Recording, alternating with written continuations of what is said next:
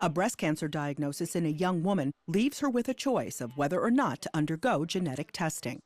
So what I always say to my patients is, knowledge is power. Dr. Ann Partridge from the Dana-Farber Cancer Institute says current guidelines recommend every young woman diagnosed with breast cancer should be counseled about and receive testing for BRCA1 and 2.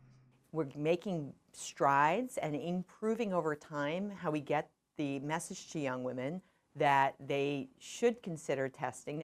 Since 2006, she and her co-authors began following women 40 and younger diagnosed with breast cancer. For this study, they focused on nearly 900 of these women, looking at genetic testing rates, barriers to testing, and how the test results affected treatment decisions.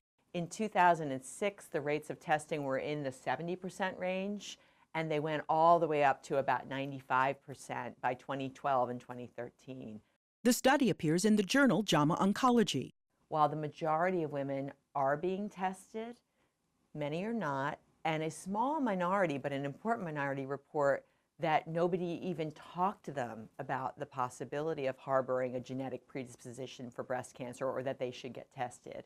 Dr. Partridge also says not every woman will choose to be tested. However, it appeared genetic testing or the concern about genetic predisposition did affect treatment decisions. The majority of these women said that it affected whether or not they underwent a unilateral mastectomy or a lumpectomy followed by radiation or a bilateral mastectomy. And fewer women reported that concerns about genetic risk affected whether or not they received chemotherapy or hormonal therapy. It's imperative that we not only help women to get this information, but that we also counsel them, help to support them as they make these treatment decisions, especially in the context of a newly diagnosed patient who's stressed and anxious and needs to have good communication with her providers and good support.